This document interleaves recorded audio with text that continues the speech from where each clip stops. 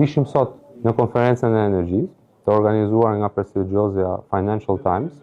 që e bën një event të dedikuar për energjinë në Athinë, të përvitshëm, dhe ishte kënaqësi e veçantë për mua të isha në një panel me ministrat e energjisë së rajonit, duke filluar nga ministri grek, ministri i Maqedonisë së Veriut, i Serbisë, i Moldavisë dhe i Gjeorgjisë, ku patëm mundësi të diskutonim mbi sfidat dhe arritjet e secilit nga vendet tona. Ishte një rast shumë i mirë për të diskutuar temat e ditës në sektorin energjetik, por edhe atë çfarë po bën Shqipëria dhe çfarë ka bërë Shqipëria gjatë gjithë këtyre viteve.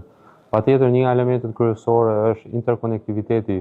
i gjithë vendeve fqinje, por unë kisha rëndësinë të theksoja se sa mirë e pozicionuar është Shqipëria me ndërlidhjet e transmetimit me gjitha vendet fqinje të rajonit, por dhe me linjën që tashmë është në faza mbi 90% të punimeve me Maqedoninë e Veriut. I prezantova projektet që kemi për sa i përket linjës interkoneksionit me Italinë. Unë dala për një temë të rëndësishme për sa i përket partneritetit strategjik me Shtetet e Bashkuara të Amerikës dhe me dy marrëveshjet e nënshkruara para 2 javësh, që transformojnë Vlorën në një qendër gravitacionale për gjitha rajonin për sa i përket transmetimit me gaz natyror. Duke qenë se Shqipëria prodhon 100% të energjisë nga burimet e rinovueshme, ka aftësinë të përthithë edhe kapacitete nga gazi natyror, pa cenuar asnjë nga targetet të Bashkimit Evropian dhe pa cenuar asnjë target tonit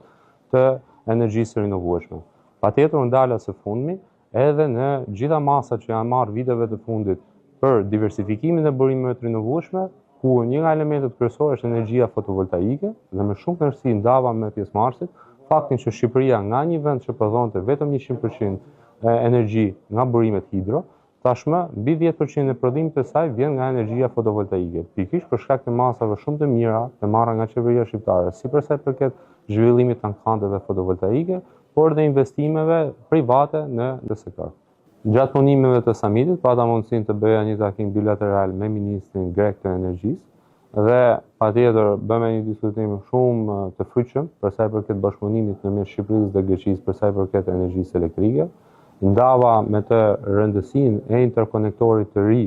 që të dy shtetet planifikojnë të bëjnë për lidhjen midis Shqipërisë dhe Greqisë me një linjë të dytë interkoneksioni, në kushtet e zhvillimeve të energjisë së rinovueshme në Shqipëri, kjo linjë e dytë transmetimi merr një rëndësi mjaft të veçantë. Po ashtu, i bëra përsëri një ftesë ministrit grek të energjisë për të bashkëpunuar edhe në kuptim të bursës shqiptare të energjisë elektrike. Tashmë bursa shqiptare e energjisë elektrike ka marrë një zhvillim shumë të madh për sa i përket volumeve të energjisë. Ftova ministrin grek që të vazhdojë bashkëpunimi për sa i përket dy bursave të energjisë elektrike, në mes bursës shqiptare të energjisë dhe bursës greke të energjisë, që gjatë gjithë këtyre viteve kanë patur një bashkëpunim shumë të mirë për sa i përket operimit të tyre. Këtë e dëshmon edhe fakti që bursa shqiptare e energjisë ka marrë një zhvillim shumë të madh, ku volumet janë shtuar në vitet e fundit dhe pikërisht ka qenë një nga elementet kryesore bashkëpunimi edhe me palën greke për t'i dhënë siguri në operim, por edhe në eficiencën e plotë të transaksioneve.